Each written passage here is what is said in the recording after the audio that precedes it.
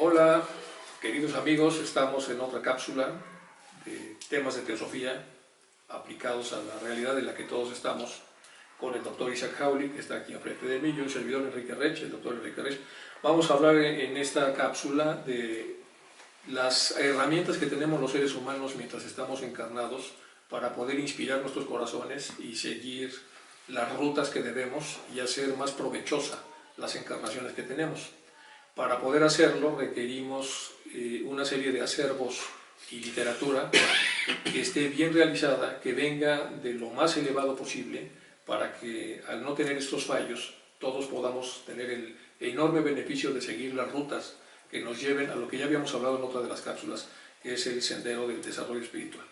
Estas fuentes a las que tenemos acceso todos los seres humanos, independientemente de dónde hayamos encarnado y de las diferentes lenguas que hablemos, son fuentes que provienen de muchas escuelas serias, y una de las escuelas serias, una probablemente de las más serias, es la educación teosófica.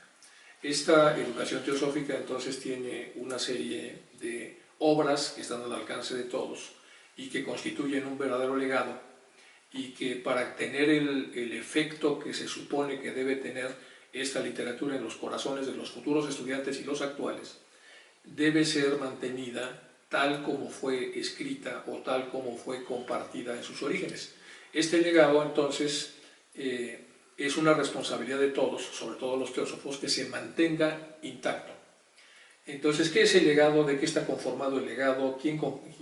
Háblanos un poco de los Mahatmas, de Madame Blavatsky, de lo que hay arriba, de la Logia Blanca en general, de todos estos seres interesados en el desarrollo de la comunidad humana, y cómo se construyen estas verdades que son necesarias para que no nos podamos extraviar en las encarnaciones y hagamos más útiles y más rentables nuestras venidas a este plano físico.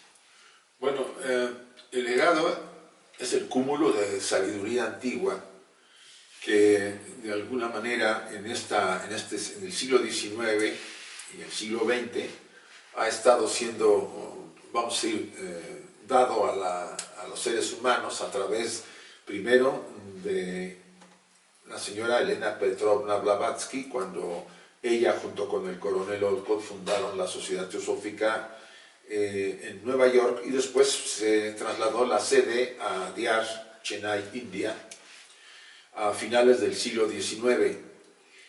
También este legado que ella transmite, que no solamente es suyo, porque en realidad ella siempre indicará que fue el amanuense, es el legado de los maestros de sabiduría, de los Mahatmas, de la gran fraternidad blanca. Esta fraternidad es una de las cientos de fraternidades que han sobrevivido desde la época Lemur, cuando se formó las primeras fraternidades o grupos, vamos a decir, de seres superiores que se hicieron responsables vamos a decir, de tener este conocimiento, de protegerlo y de transmitirlo de generación en generación, no solamente hasta al término de la raza Lemur, sino la raza Atlante también la tuvo, hasta llegar hasta la quinta raza en la que estamos. Sí, para aclararle un poco a las personas que nos escuchan, la ruta de desarrollo del ser humano viene por una serie de razas en donde no están los simios, solamente están los seres humanos, y lo que está comentando el doctor Hawley es que una de esas razas anteriores a la nuestra es la raza Lemur. Sí. Antes de esa la hiperbórea, después la Atlante, y ahora estamos en la raza, bueno, la quinta raza. Quinta raza. ¿Esto qué quiere decir? Que ese cúmulo de conocimiento es preservado. Cada raza, desde siempre. Sí, lo ha ido transmitiendo y lo ha preservado. Y en esta ocasión nosotros lo hemos vuelto a recibir en el siglo XIX, como ya se repitió, por la señora Blavatsky, o por conducto de ella. Fue toda una formación, un plan para que se diera a finales del siglo XIX, cuando el materialismo estaba en boga y amenazaba con, vamos a decir, con obstaculizar el desarrollo de esta humanidad. El conocimiento que se transmitió fue plasmado en muchas obras, en literatura. La señora Blavatsky escribió una de las más increíbles obras que se le denomina La Doctrina Secreta. Dependiendo de la edición, son varios tomos, Pero hubo también otras obras importantes que se emitieron, y después de ella y de las cartas que los Mahatmas describieron al señor Sinnett y al señor Hume, se puede decir que es la base del legado más importante.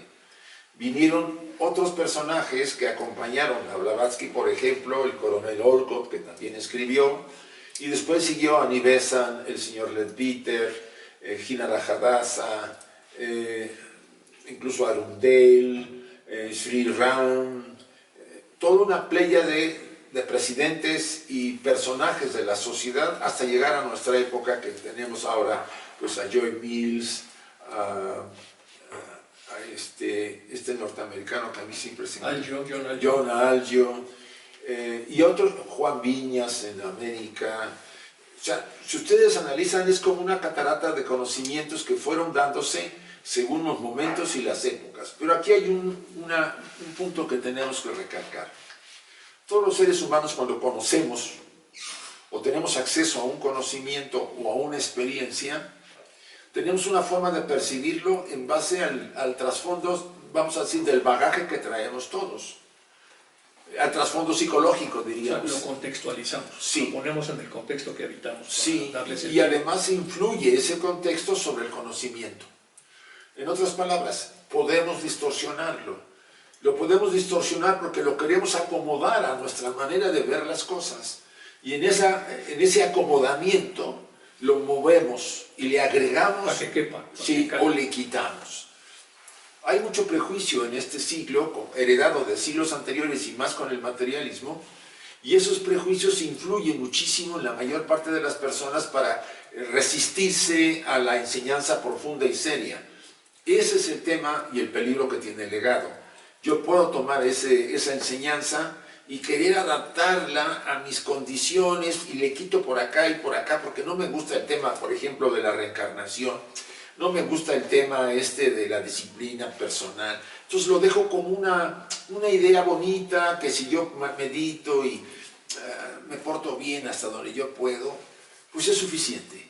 Ahí hubo una distorsión, se le alteró. Sí, el modelo de la economía ganar-ganar, donde las dos partes quedan contentas en una negociación, no puede ser aplicado a los grandes legados porque te produce cosas complicadas. Entre la reencarnación no existe y la reencarnación sí existe. Un ganar-ganar sería, existe un máximo de 4 reencarnaciones y empieza a hacer libros sobre eso. Y toda la multitud dice, son 4 nada más. Bueno, pues entonces vamos en la segunda, la tercera. Y eso ya distorsionó la enseñanza porque la metiste en un proceso de negociación. Negociamos con la máscara, negociamos con la imagen personal. Tiene mucha enseñanza el Krishnamurti donde habla de los pesos de la máscara y de la imagen. Y entonces como nuestra imagen demanda que mucho de lo que ya hemos vivido y creado se preserve también como un legado material y tratamos de mezclarlo con el legado espiritual, eterno, llegamos a un término medio que ya está alterado. Sí. Y solo para que mi máscara pueda encajar. Entonces los verdaderos seres desarrollados van más allá. Ya habíamos hablado en una cápsula anterior de Bhagavan Ramana, pues, todo para afuera, bueno, Krishnamurti y grandes seres que lo primero que hacen es adelgazar esta máscara o imagen para vivir realmente la experiencia interior de desarrollo, y desde esa experiencia interna, sin ningún atavismo, sin ningún compromiso con ninguna fuerza interna que pueda deteriorar esto, entonces tener acceso a las fuentes originales para dejarse inspirar por ellas. Es como vaciarse de todo ese bagaje que no está ya actualizado. En algún momento todos nos hemos ido desarrollando desde pequeños hasta llegar a cierta edad. Y dice la tradición, de acuerdo, es parte de tu proceso, de tu viaje hacia afuera, vamos a llamarlo así. Pero después, para viajar hacia adentro, tienes que dejarlo todo afuera y olvidarte de eso hasta donde puedas. No digo que todo sea olvidado porque hay cosas bastante positivas, pero por lo general vas a tener que deshacerte de muchísimo de los conocimientos o de los conceptos que ya tenías tú considerados, ideológicos, etcétera, para poder acceder a ese conocimiento sin prejuicios. Porque tan pronto yo entre ahí y tenga prejuicios, lo voy a alterar porque no me va, o no me gusta y lo rechazo, que eso sería lo más honesto, pero como me siento atraído a cierto conocimiento, pues entro y cambio cosas, ¿no? Cambio y lo vemos en las conferencias y en los discursos de mucha gente, que siendo gente con mucha erudición, con mucho conocimiento, y nadie lo va a negar, ha hecho ajustes para que el público no se sienta tan incómodo ante ciertas verdades, por ejemplo. ¿Sí? No, pues no es necesario someter a la personalidad, pues sí, uno la puede más o menos cuidar y llevarla por ahí y hacer un arreglo con ella. Pues no es así, no es así, no se puede hacer arreglos con la estructura si claro, tú quieres verdaderamente crecer. es como una llave, ¿no? Debe tener una combinación especial. No puedes limar más un diente porque puede que abra, pero va a abrir con dificultad, sí, hasta que llegue el grado donde de plano no va a abrir la cerradura. Un ejemplo es en alguno de estos congresos que fuimos alguna vez de liderazgo y espiritualidad en India, escuché, es una comunicación personal, pero me pareció muy interesante, a alguien que comentaba de las modificaciones que se hacen a veces hasta por ignorancia. Dice, y comentaba, él dice, por ejemplo, en el Padre Nuestro cristiano, cuando se dice, perdona nuestras ofensas en la medida en la que nosotros perdonamos a los que nos ofenden. Si lo leemos así, está hablando de karma, y nadie diría que no, ese es como el diente apropiado. Pero lo cambian y perdonan nuestras ofensas, como también nosotros perdonamos a los que nos ofenden. Es un cambio mínimo, pero es como de alguna manera limar ese diente, y ya no queda muy claro si es karma o no es karma. Sí. Entonces, a veces con alteraciones mínimas, en caso de que esta observación que hizo este personaje sea cierta, entonces ya empezamos a alterar la llave, y por lo tanto ya va a haber dificultades para que movamos esa chapa. Entonces, estamos todos propensos a esta alteración del conocimiento. Todos, sí. Y por esa razón es como muy importante conservar el legado como está, para dejarlos a las siguientes generaciones y que no tomen ellos entonces en las siguientes generaciones producto que ya está de alguna manera diluido, alterado, reducido o lo que fuere. Fíjate que hay un ejemplo que a mí me dejó Juan Viñas muy interesante. En una charla él decía, imagínense ustedes al maestro, a Jesús, el Cristo, en el Sermón del Monte, ¿sí?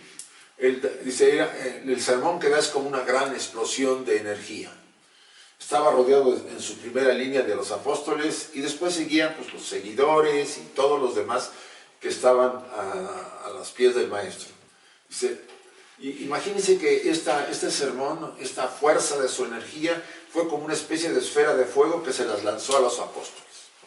Los apóstoles la agarraron como pudieron, pero los apóstoles no tenían el mismo nivel que tenía el maestro primero. Eran más chiquitas. Entonces la esfera se redujo, y además no en todos era igual, en algunos era más amplia, en otros era más pequeña.